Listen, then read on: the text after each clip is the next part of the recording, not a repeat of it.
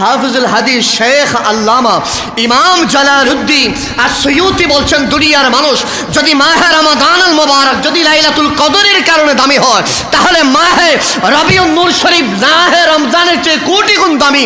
কেননা সাহেবে কোরআন মুহাম্মদুর রাসূলুল্লাহ এসেছে। জোরে বলেন সুবহানাল্লাহ। ইসলামী ফাউন্ডেশন যে আমাদের চাঁদ দেখা কমিটি রয়েছে, আপনারা জানেন আহলে সুন্নাত ওয়াল জামাত আজকের পুরো দেশব্যাপী বিক্ষোভ সমাবেশ বিক্ষোভ মিছিল দেখেছেন। গত পরশুতে যখন ইসলামী ফাউন্ডেশন যখন চাঁদ দেখা কমিটি বলেছেন আগামী 16 তারিখ মিলাদুন্নবী উদযাপন হবে, পবিত্র কি হবে মিলাদুন্নবী উদযাপন হবে, ঈদটা কেটে দিয়েছে। নাউজুবিল্লাহ বলে। পরশুতে যখন অনলাইনে পুরো নবীর প্রেমিকরা যখন প্রতিবাদ শুরু করেছে, গতকালকে যে আবার নতুন বিজ্ঞপ্তি দিয়েছে ইসলামী ফাউন্ডেশন, বলেছেন আমরা এটা মিস্টেক হয়ে গেছে, ঈদ শব্দটা পরে নাই, আবার আমরা সংযোজন করে দিয়েছি। আবার পুনরায় তারা শুধরে লিখেছেন পবিত্র ঈদে মিলাদুন্নবী। জোরে বলেন। এখন আমার একটা প্রশ্ন, বলেন ঈদটা যারা কাটি দিছে তারা কি হিন্দু? জোরে বলেন।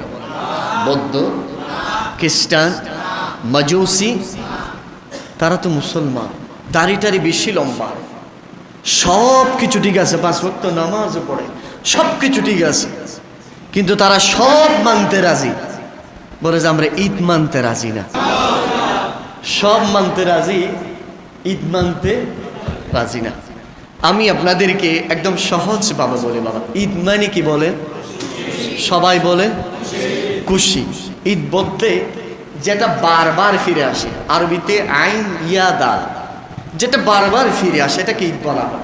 একজন মানুষ নতুন টানেল দিয়ে প্রবেশ করছে, টানেল নতুন হয়েছে, সে মানুষটা ঢুকছে, এই প্রথম যে ঢুকছে সেটাও তার জন্য ঈদ। কথা বলেন না, ঠিক না?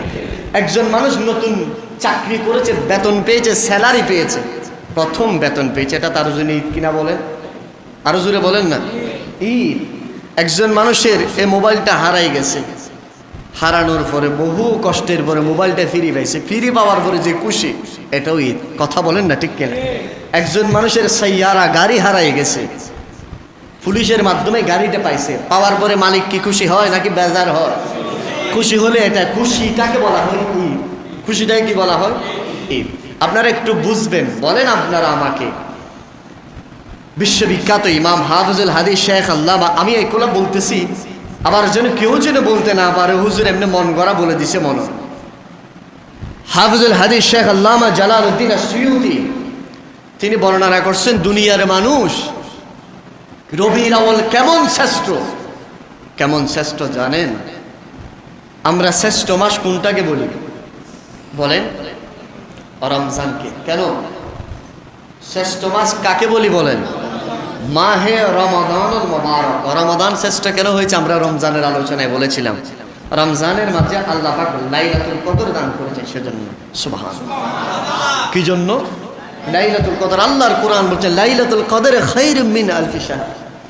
এই রমজানে এমন একটা রাত আছে যেটাকে লাইলাতুল কদর বলা হয়, আর সেই লাইলাতুল কদরের একটা রাত হাজারো মাসের চেয়ে উত্তম। সুবহানাল্লাহ বলে।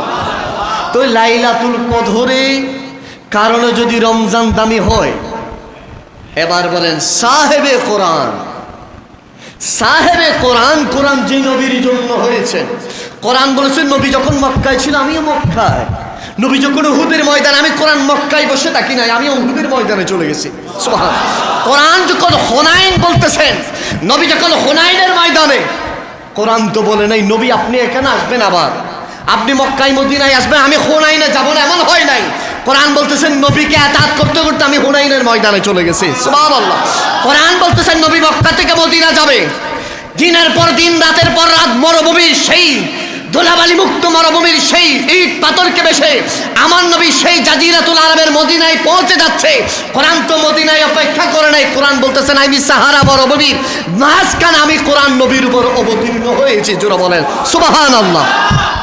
নবী আমার মক্কার বাজারে গিয়েছে, কোরআন তো বলে নাই হাবিব আমি আপনার কাছে যেদিন নাজিল হয়েছি আপনি গারে সুর আসতে হবে, সেখানে আমি কোরআন আসবো। কোরআন তো এটা বলে নাই। কোরআন বলতেছেন নবী গো আপনি মক্কার বাজারে গিয়েছেন, আপনি সওদা করছেন, আপনি মাল বেচা কেনা করছেন, লেনদেন করছেন, সেখানে আমি কোরআন পৌঁছে গেছি। জোরে বলেন সুবহানাল্লাহ। আমার নবী উম্মুল মুমিনিনদের হুজারায় মা আয়েশা সিদ্দিকার হুজারায় আমার নবীর খেদমত করছেন মা আয়েশা সিদ্দিকা। আমার নবী কুল মুবারকে শায়িত। কোরআন তো বলে নাই হাবিব রে আমি আপনার কুটিরে কেন যাব, আপনার নূরানি হুজরা মুবারকে কেন যাব, এমনটা বলে নাই। কোরআন বলতেছেন আমি যদি আপনার পেছনে পেছনে আতাত করি আমার মালিক খুশি হয়ে যাবেন। সুবহানাল্লাহ। তাহলে সাহেবে কোরআন আমার নবী। কোরআন হচ্ছে থিওরিক্যাল আর প্র্যাকটিক্যাল হচ্ছে মুহাম্মাদুর রাসূলুল্লাহ। লাইলাতুল কদরের কারণে যদি রমজান দামি হয়ে যায় জ্ঞানী মানুষ বুঝবেন। বিশ্ববিখ্যাত ইমাম হাফিজুল হাদিস শেখ আল্লামা ইমাম জালালউদ্দিন আস-সুয়ুতি বলছেন দুনিয়ার মানুষ যদি মাহে রমাদানুল মুবারক যদি লাইলাতুল কদরের কারণে দামি হয় তাহলে মাহে রবিউন নূর শরীফ মাহে রমজানের চেয়ে কোটি গুণ দামি, কেননা সাহেবে কোরআন মুহাম্মাদুর রাসূলুল্লাহ সেটা জোরে বলেন সুবহানাল্লাহ। মাহে রবিউন নূর শরীফ রবিউল আউয়াল শরীফ মাহে রমজানের চেয়ে কোটি কোটি গুণ দামি, জোরে বলেন সুবহানাল্লাহ। এবার আসেন আপনারা আমাকে বলেন বাবা যদি ঈদ শব্দটা যদি বিদআত হয়ে যায়, শিরিক যদি হয়ে যায়, আমরা আজকে কিসের দিন মসজিদে এসেছি বলেন তো? হাদিসে তো জুমার দিনও তো ঈদ। সুবহানাল্লাহ বলেন। তাহলে বছরে শুধু দুইটা ঈদ যারা ভাই তারা থেকে জুমা পড়ে না, পড়েনি তো জুমা যদি পড়ে বছরে তো জুমা হচ্ছে 52টা ঈদ আছে। সুবহানাল্লাহ। আর একটু জোরে বলেন না। বাবার কাছে সন্তান হয়েছে দীর্ঘদিন পরে, মায়ের কোলে সন্তান এসেছে, বাবা কি খুশি হয়? এই দিনও ঈদের দিন বাবা। সুবহানাল্লাহ বল। মরুভূমিতে উট হারিয়ে গেছে, বাহন হারিয়ে গেছে, দীর্ঘ খোঁজার পরে উট পেয়েছে, ওই বেদুইনের জন্য সেটাও ঈদের দিন। সুবহানাল্লাহ।